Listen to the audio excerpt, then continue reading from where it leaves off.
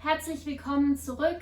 Wir machen heute genau da weiter, wo wir letztes Mal aufgehört haben in unserem Schwedenhaus, nämlich mit der Verwandlung, mit dem Makeover. Nachdem wir letztes Mal den Boden hier komplett neu gemacht haben, geht es heute noch um ein paar Kleinigkeiten. Das Ganze also deutlich ruhiger und entspannter als letztes Mal. Ich nähe einen neuen Vorhang für meinen Spülschrank, weil der alte überhaupt nicht mehr schön ist.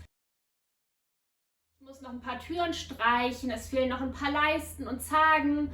Und im Garten geht es natürlich auch weiter. Julian ist weiter an seinem Seeprojekt zugange. Da werfen wir ab und zu mal einen Blick drauf. Ja, und wenn euch das interessiert, dann bleibt gerne dran.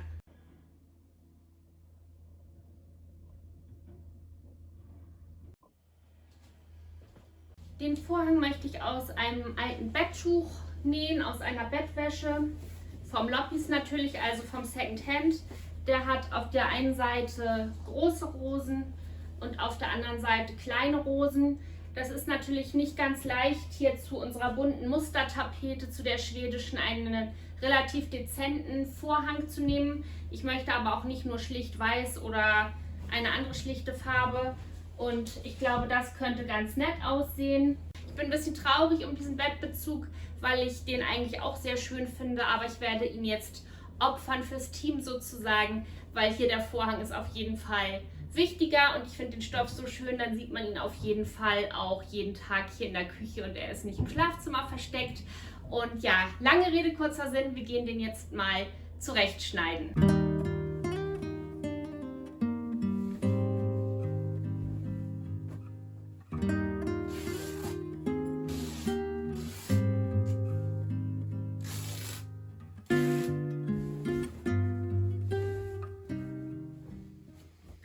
So, aus der anderen Seite kann ich dann auch nochmal Gardinen für ein Fenster nähen. Das passt immer ziemlich genau. Alle Gardinen hier im Haus sind eigentlich aus alten Stoffen gebraucht genäht, vorwiegend aus Bettwäschen, weil ich da einfach immer sehr schöne Muster gefunden habe.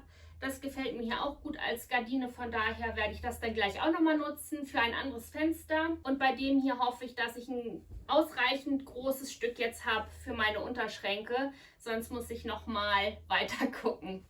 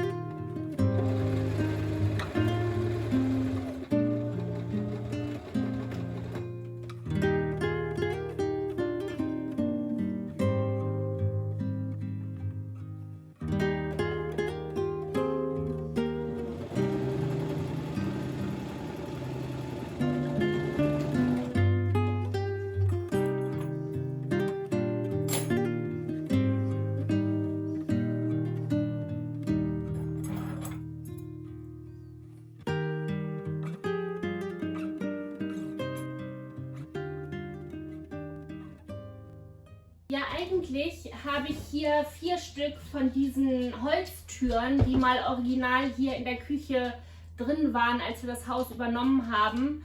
Wir haben die inzwischen auch schon abgeschliffen und mehrfach auch geputzt, aber der Zeitpunkt war irgendwie noch nie passend, die einzubauen.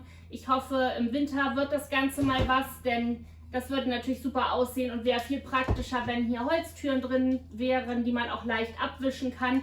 Die Vorhänge sind zwar niedlich, aber jedes Mal, wenn man pütschert, hier beim Abwaschen oder beim Kaffeekochen, muss man irgendwie die Vorhänge abnehmen und waschen und neue drauf tüdeln. Das ist ein bisschen nervig. Sieht zwar nett und romantisch aus, aber ist wie gesagt unpraktisch und ja, es ist ein bisschen knifflig, weil da so eine Unterkonstruktion noch gebaut werden muss. Das ist nichts, was ich mal eben machen kann. Da muss der Fachmann ran.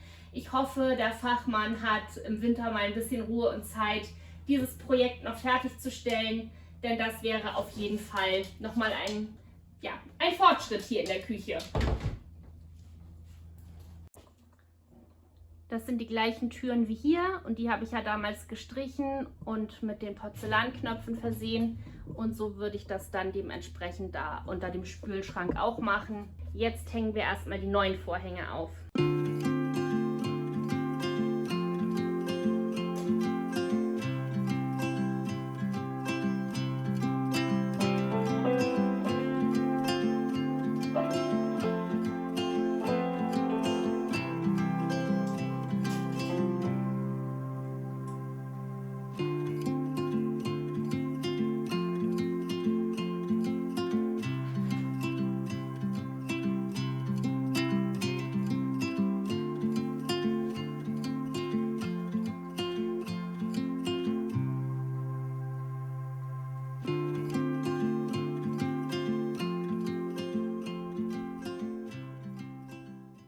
So, wieder eine Kleinigkeit geschafft, wieder ein Detail weiter.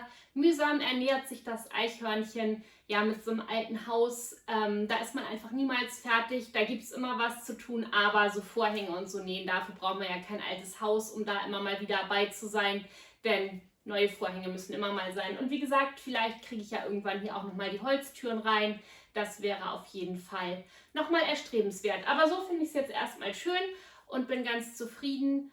Und ja, mache jetzt gleich noch die anderen Vorhänge fertig fürs Fenster. Draußen regnet es sowieso, dann kann man drin immer ganz gut auch mal so ein bisschen heimelige Sachen tun. Ja, ich wollte mich auch nochmal bedanken für euer Feedback zum Renovierungsvideo, als wir den neuen Boden gelegt haben neulich. Das waren ja überwiegend positive Kommentare. Vielen Dank dafür, auch für eure Freude und Zustimmung.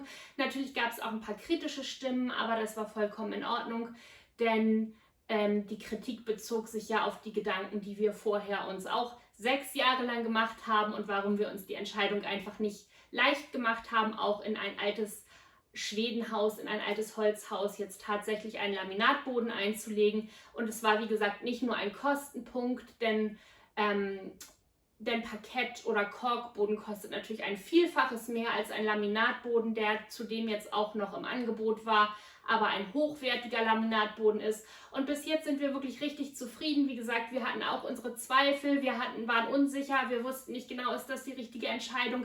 Aber manchmal hilft es einfach dann auch eine Entscheidung zu treffen, weil das einfach so viel Ruhe gibt fürs Innere. Und ja, die Wirkung jetzt des Bodens und die Pflege ist viel, viel besser als das Bild vorher und das Putzen macht fast richtig Spaß jetzt bei dem Boden. Er hat schon seine erste Taufe auch hinter sich und ist alles gut gegangen. Man kann ihn total gut wischen, feudeln, auch mal so eben irgendwo mit dem Lappen rüberwischen.